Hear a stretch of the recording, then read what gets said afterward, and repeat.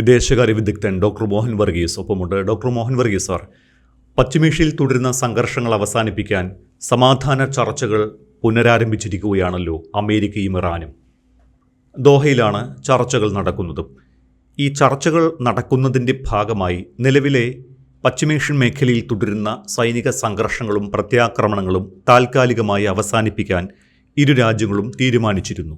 നമുക്ക് ഈ ചർച്ചയിലേക്കൊക്കെ പോകുന്നതിന് മുൻപ് ആദ്യം ചോദിക്കാനുള്ളത്, വല്ലതും നടക്കുമോ പശ്ചിമേഷ്യയിൽ?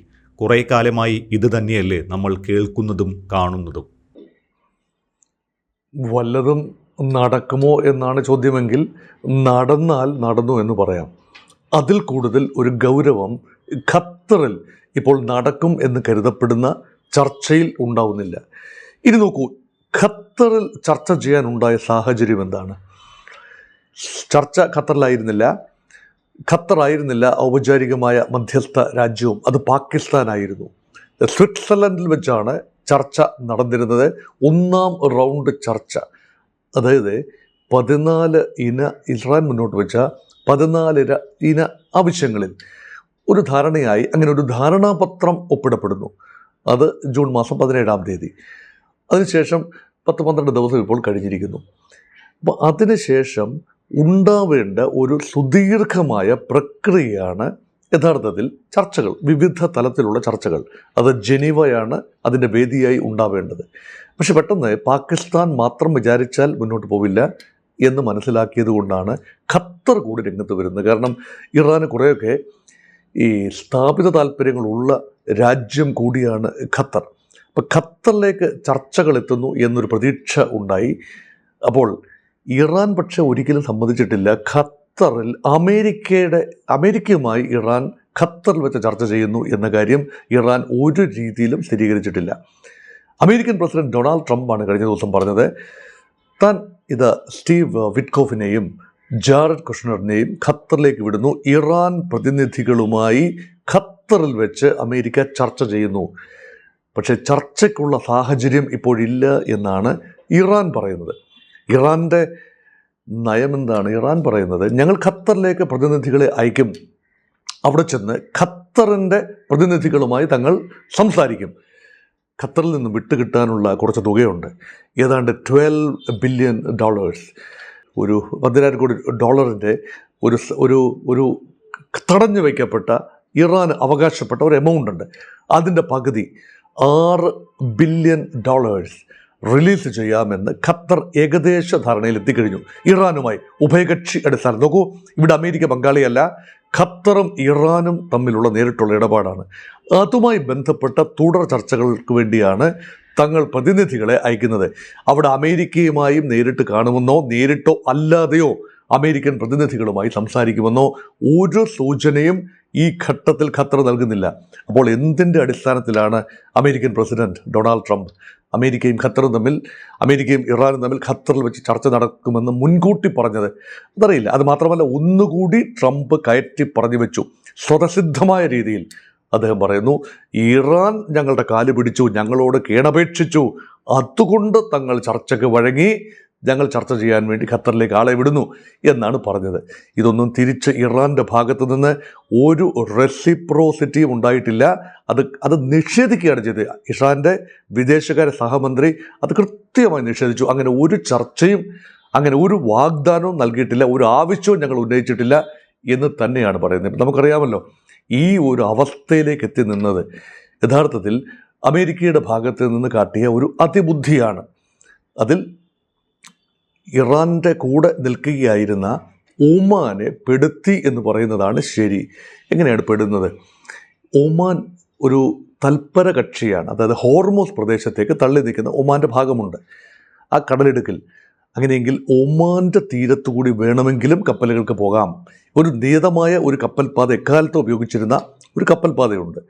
അത് ഏതാണ്ട് ഒത്ത മധ്യത്തിലൂടെയാണ്. പക്ഷേ ഇപ്പോൾ ഇറാൻ പറയുന്നത് അതിലെ 60 ദിവസത്തേക്ക് ടോളൊന്നും പിരിക്കാതെ, ചുങ്കമൊന്നും പിരിക്കാതെ കപ്പലുകൾക്ക് സുഗമമായി കടന്നു പോകാനുള്ള അനുവാദമുണ്ട്, തങ്ങൾ തടയില്ല. പക്ഷേ ഹോർമൂസ് കടലിടുക്ക് തങ്ങളുടെ സ്വാധീന മേഖല ആയിരിക്കണം. തങ്ങളുടെ പരമാധികാരം എന്ന വാക്ക് ഉപയോഗിക്കുന്നില്ല എങ്കിലും അവിടെ ഇറാൻ ആയിരിക്കണം മേധാവിത്വം.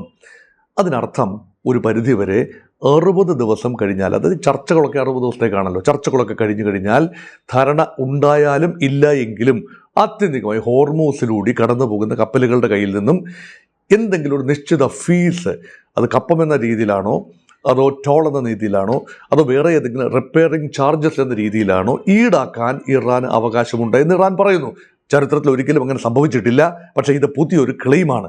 എങ്കിലും അത് ഇറാൻ്റെ ഒരു തുറുപ്പ് ചീട്ടായി മാറുകയാണ്. എക്കാലത്തും ഹോർമൂസ് ഒരു ഫ്ലാഷ് പോയിന്റായി നിൽക്കും എന്ന് ഇറാൻ അറിയാം. കാരണം അത് വിട്ടുകൊടുത്താൽ, ഹോർമൂസിന്മേലുള്ള പൂർണ്ണമായ അവകാശം ഇറാൻ വിട്ടുകൊടുത്താൽ, അതായത് കപ്പലുകൾക്ക് ഇറാൻ്റെ അനുവാദമില്ലാതെ അതിലെ സുഗമമായി സഞ്ചരിക്കാം എന്ന അവസ്ഥ വന്നാൽ ഇറാന് ഒരിക്കലും നെഗോഷിയേറ്റിംഗ് ടേബിളിൽ, ചർച്ചാ മേശയിൽ ഒന്നും മുന്നോട്ട് കൊണ്ടുപോകാനാവില്ല, ഒരു നിമിഷം മുന്നോട്ട് പോകാനാവില്ല എന്ന ഒരു തിരിച്ചറിവിൽ നിന്നുകൊണ്ടാകാം.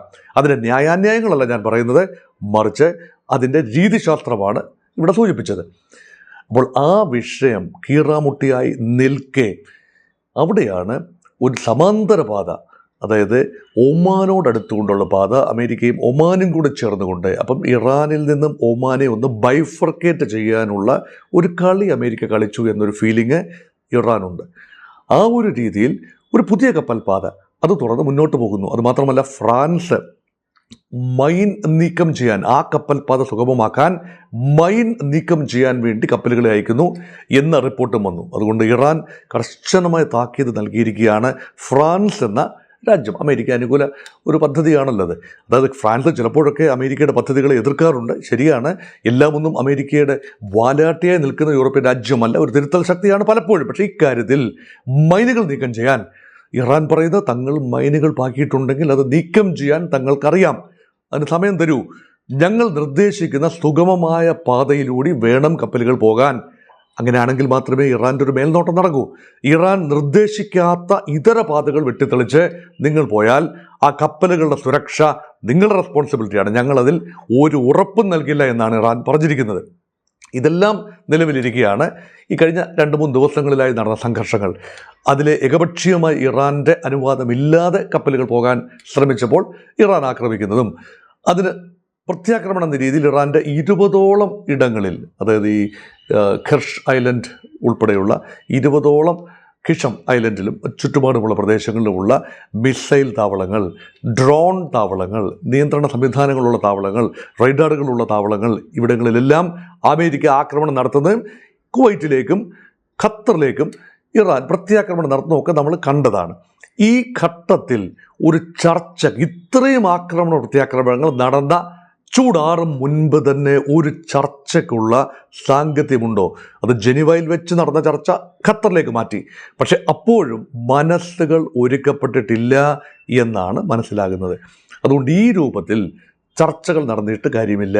ഇതെൻ്റെ അഭിപ്രായമാണ്. ഈ രൂപത്തിൽ ചർച്ച നടത്തിയിട്ട് കാര്യമില്ല. കുറച്ചുകൂടി അമേരിക്കയുടെ ഒരു വൻപൻ സേനാ വിന്യാസവും ആക്രമണ പ്രത്യാക്രമണങ്ങളും ഇറാൻ്റെ ഭാഗത്തു നിന്ന് വരുന്ന പ്രകോപനങ്ങളും, 2 ഭാഗത്തു നിന്നുള്ള പ്രകോപനങ്ങൾ അവസാനിപ്പിച്ചിട്ട് വേണം. ഇത് യുദ്ധവും ചർച്ചയും ഒരുമിച്ച് പോവില്ല. ചർച്ചയുടെ ഇടയിൽ വെടിപൊട്ടിയാൽ ഈ ചർച്ച ശാശ്വതം ആകില്ല എന്നാണ്.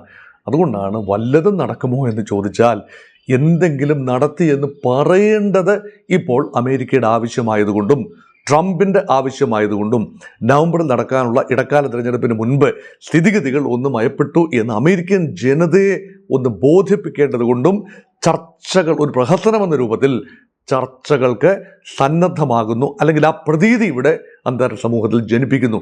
അതിൽ കൂടുതൽ പ്രസക്തി ഇപ്പോൾ നടക്കുന്ന ചർച്ചകൾക്ക് കാണാനില്ല. പൂർണ്ണ ആത്മാർത്ഥതയോടെ 2 കൂട്ടരും, അമേരിക്കയും ഇറാനും പൂർണ്ണ ആത്മാർത്ഥതയോടുകൂടി നെഗോഷിയേറ്റിംഗ് ടേബിളിൽ വരാവുന്ന ഒരു മാനസിക അവസ്ഥ ഇപ്പോഴും രൂപപ്പെട്ടിട്ടില്ല.